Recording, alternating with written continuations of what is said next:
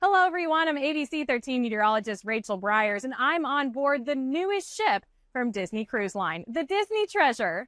I'm setting sail with my family to check out everything this brand new ship has to offer, from the food to the entertainment and staterooms and everything in between.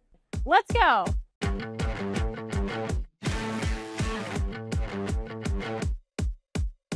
I am joined now by Darren, our cruise director.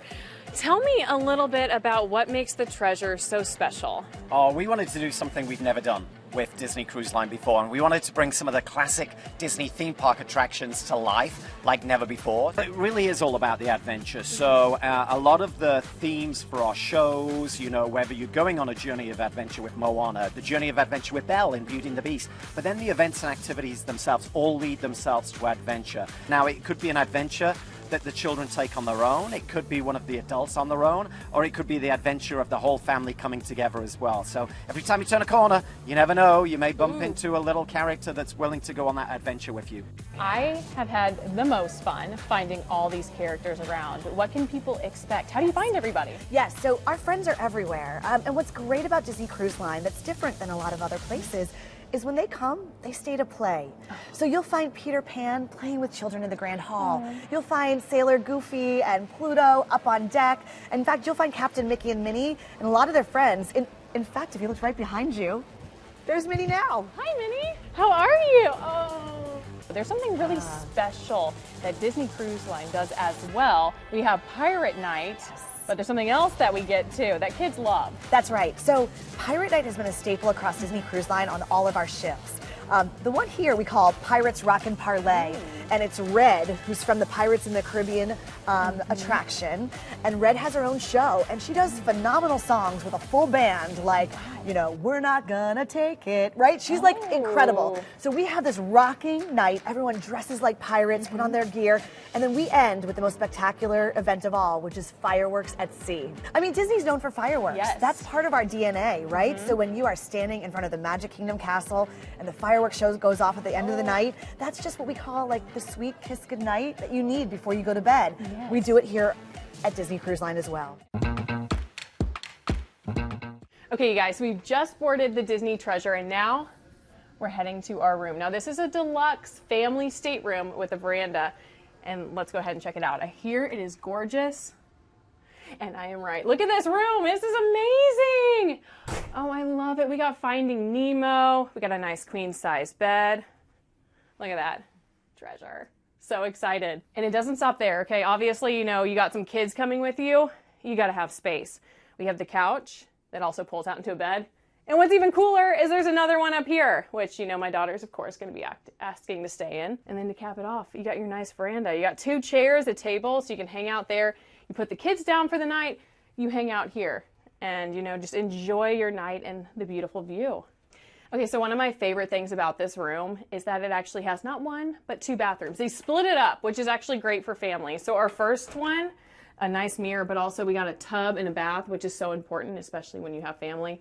And then you have your first, you know, sink washing station. And guess what? There's a second one.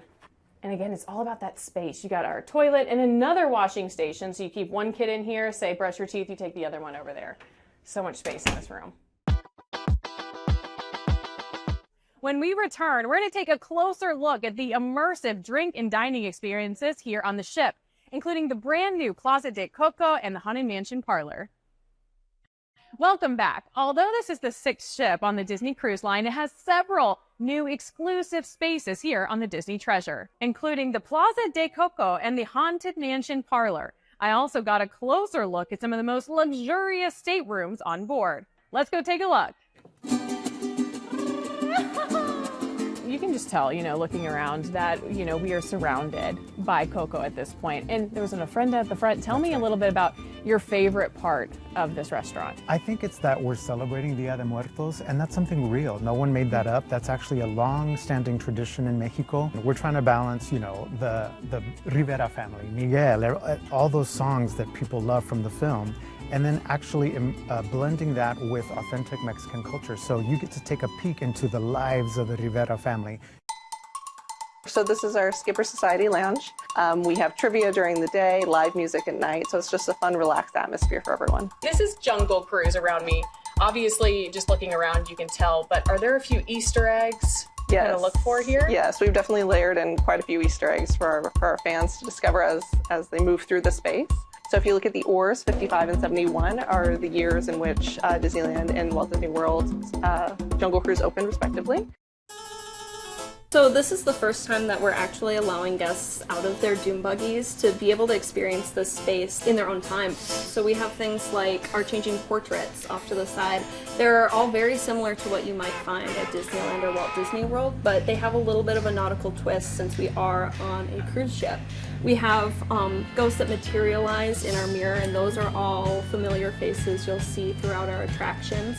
And we even have our own version of the 13-hour clock on the mantle. And oh, look at that. Oh. Sounds like the swinging wake might begin. Some spirits might materialize. Oh, all types of spirits. Thank you. Thank you. And there are a ton, different fun drinks to have here, of course. Yes. Many fun drinks, both alcoholic and zero proof. This is a family space up until 9 o'clock, but then after 9 o'clock, it's an adults-only space. Okay. Well, I love this place. It's gorgeous. Cheers. Cheers. Oh. I like that. Ooh, that's nice. I was like, you know what?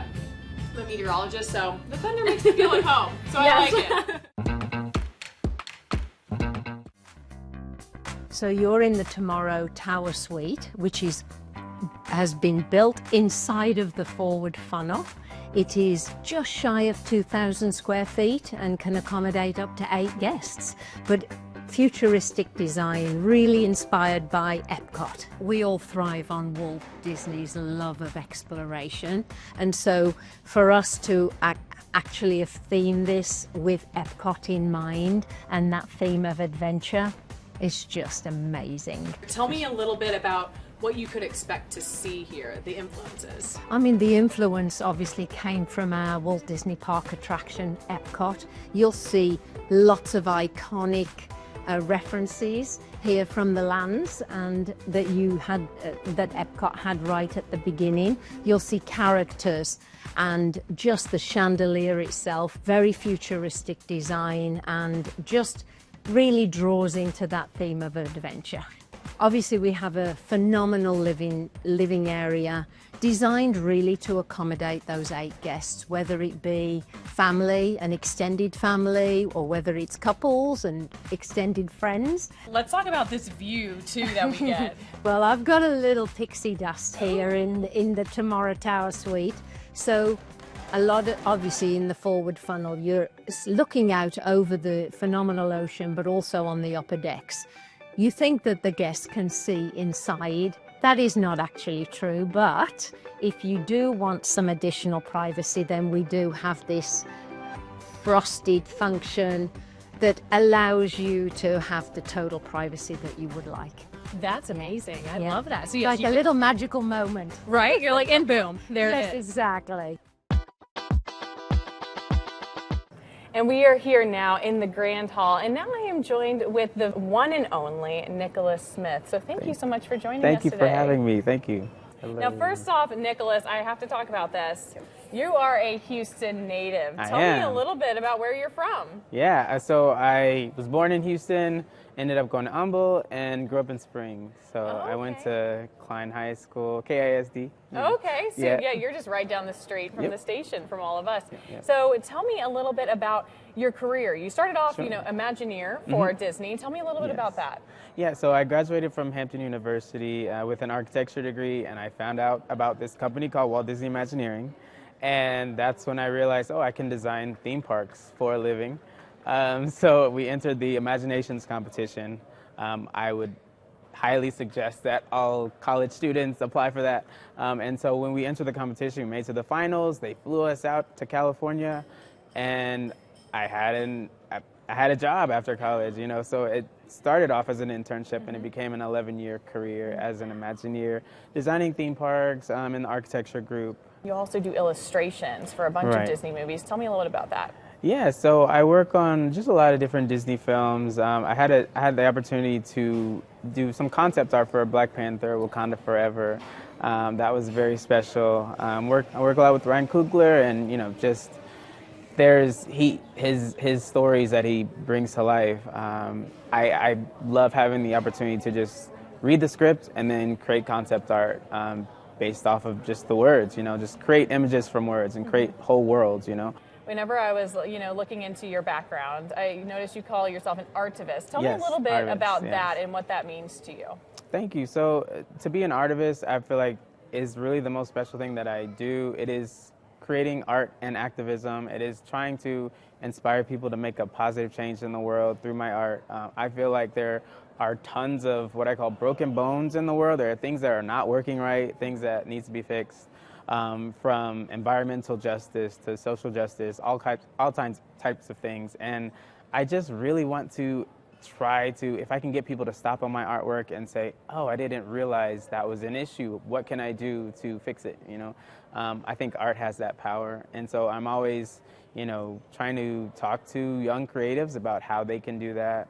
I was in India this year creating, story time moments with thousands of kids, doing a lot of artivism there.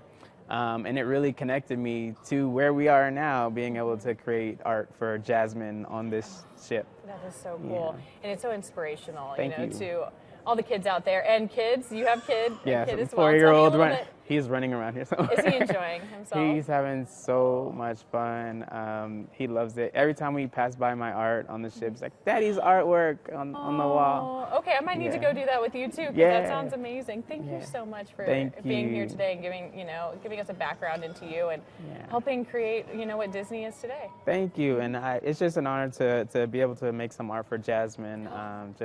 Really wanted to highlight her heart of gold, and for it to be on the walls here, it's very special.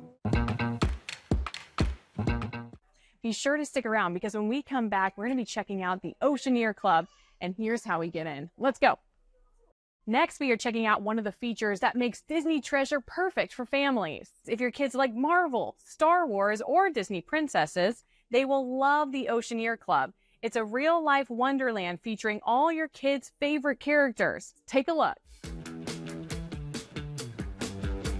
Welcome to Disney's Oceaneer Club right here on the Disney Treasure, where the kids start on deck 3 in the Grand Hall, slide down the slide right into the club, and then they have whatever they want to do.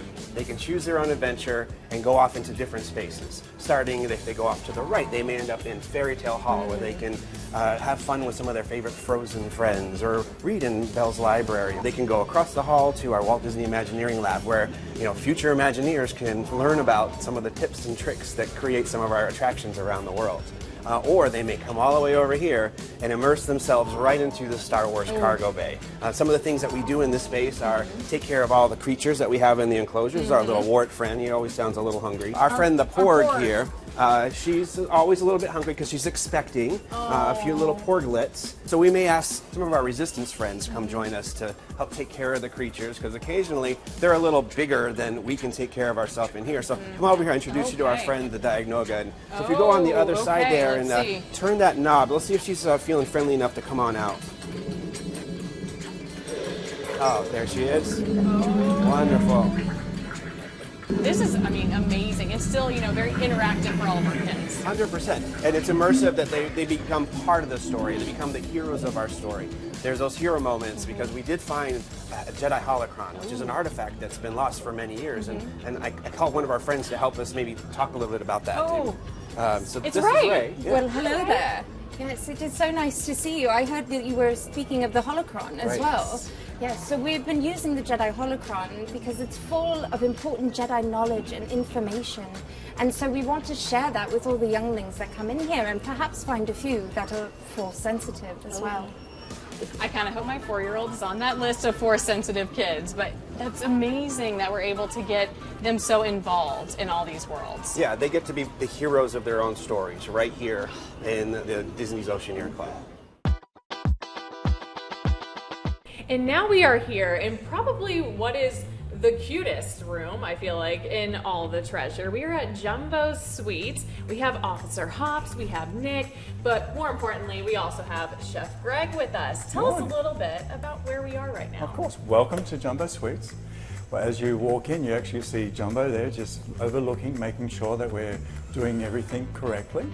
And as you walk in, you have 16 flavors of ice creams, which include plant-based ice cream, store-based, and no sugar added ice cream. And then over in another case line, we have up to 20 flavors of homemade gelatos. So with this, you obviously you have your classic, your pistachio gelato, your tiramisu, and your hazelnut gelato. But obviously we had to influence some flavors from the movie into our gelato. So we have a carrot cake gelato for Judy, obviously. We have Officer Fragmire, which is an orange and chocolate Jaffa gelato, which is one of my favorites. Obviously, when you have gelato and ice cream, you need some toppings. In this sweet shop, we actually have up to 40 flavors of toppings.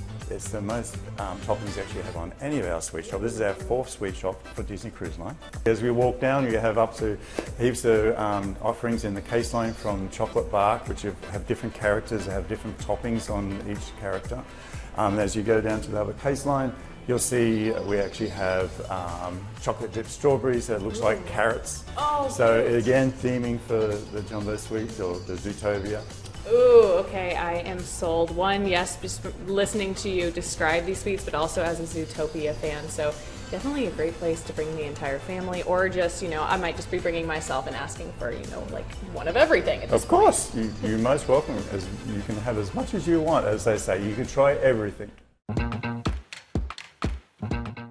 When we return, we're going to take a closer look at the Broadway-style entertainment you can find right here on the Disney Treasure, including a brand new show, Disney: The Tale of Moana. We'll be right back. Welcome back. The adventure doesn't stop at the pools or on the Aquamouse here on the Disney Treasure. The ship's Walt Disney Theater is home to 3 Broadway-style shows, including a new show featuring Moana. Check it out. So y'all tell me a little bit about what people can expect with Disney's The Tale of Moana. Part of the gift of getting to adapt an animated film for the stage is we get to find a whole new theatrical language with which to bring the story to life. We brought in top experts from the Broadway community, like our director, Connor Gallagher, and puppet designer, Michael Curry Designs, who did our beautiful puppets, as well as the iconic puppets from The Lion King on Broadway, as well as leading cultural voices from Hawaii and the Pacific Islands to help us with develop the choreography and the musical language of this story. It's really an honor to be the first ever stage adaptation of Moana. We got to find what it means to bring the story to the stage. We are all very proud to be able to share this story, and because we're telling it from a Pacific point of view, it was very important that we had voices from the islands, helping us with our dance moves, with the language, with the words that are coming out of our mouths, with the way that our hands are placed. So it's very important. We hold a big responsibility to tell this story and to share it with the world. And obviously, y'all have taken so much care into also the stage as well. I'm just looking at a few different pieces here. What's your favorite? Yes, my favorite is probably our beautiful canoe right over here, our va'a that Moana gets to sail on when she wants to sail across the ocean, find Maui, and have him restore the heart of Te Fiti. I mean, I'm in love with our beautiful Te Fiti, which, gorgeous. of course, if you know the film, right? Te Fiti, we first meet her as the fiery volcanic Te Ka, and then she transforms into her beautiful island form of Te Fiti. The way that transformation takes place in the show is so surprising, theatrical, and beautiful. This very puppet becomes Te Ka as well as Te Fiti. It's an amazing moment of stagecraft that I'm particularly in love with. And now we are here in the Grand Hall with none other than Linda Larkin. Okay, voice of Jasmine. Now you have been doing this since Aladdin came out, and you are still voicing Jasmine.